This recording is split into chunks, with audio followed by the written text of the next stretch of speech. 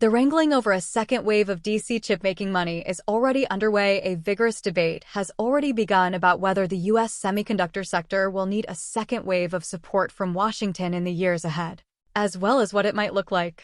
Intel, Inc. CEO Pat Gelsinger, one big beneficiary of the 2022 CHIPS and Science Act, weighed in on the topic earlier this month as he announced his company's $8.5 billion government grant for a range of new chip projects.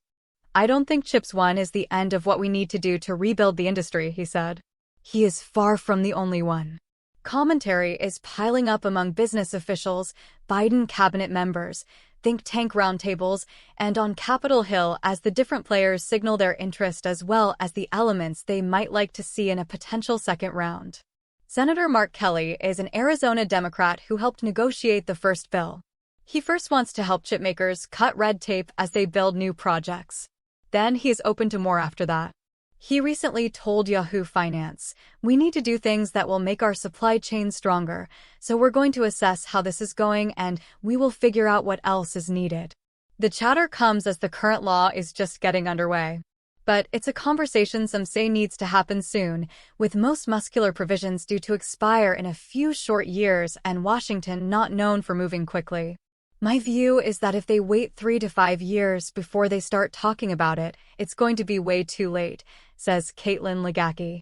She is a former senior advisor to Commerce Secretary Gina Raimondo and notes that the demand for grants has already far outstripped the $50 billion available.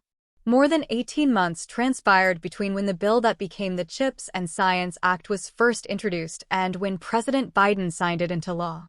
And it was another year and a half with the law on the books before grants began rolling out in earnest. In government time, that's like yesterday, Secretary Raimondo joked recently. In addition to Intel, 3 smaller manufacturing awards have been announced for BAE Systems, BSY, Microchip Technology, and Global Foundries, GFS. Giants like Taiwan's Semiconductor Manufacturing Company, TSMC, and Micron, MU, are still waiting but are expected to formalize their government awards in the weeks ahead. The debate over what a second round could look like. The current law covers a range of areas, with $39 billion earmarked for grants to manufacturers and $11 billion set aside for research and development.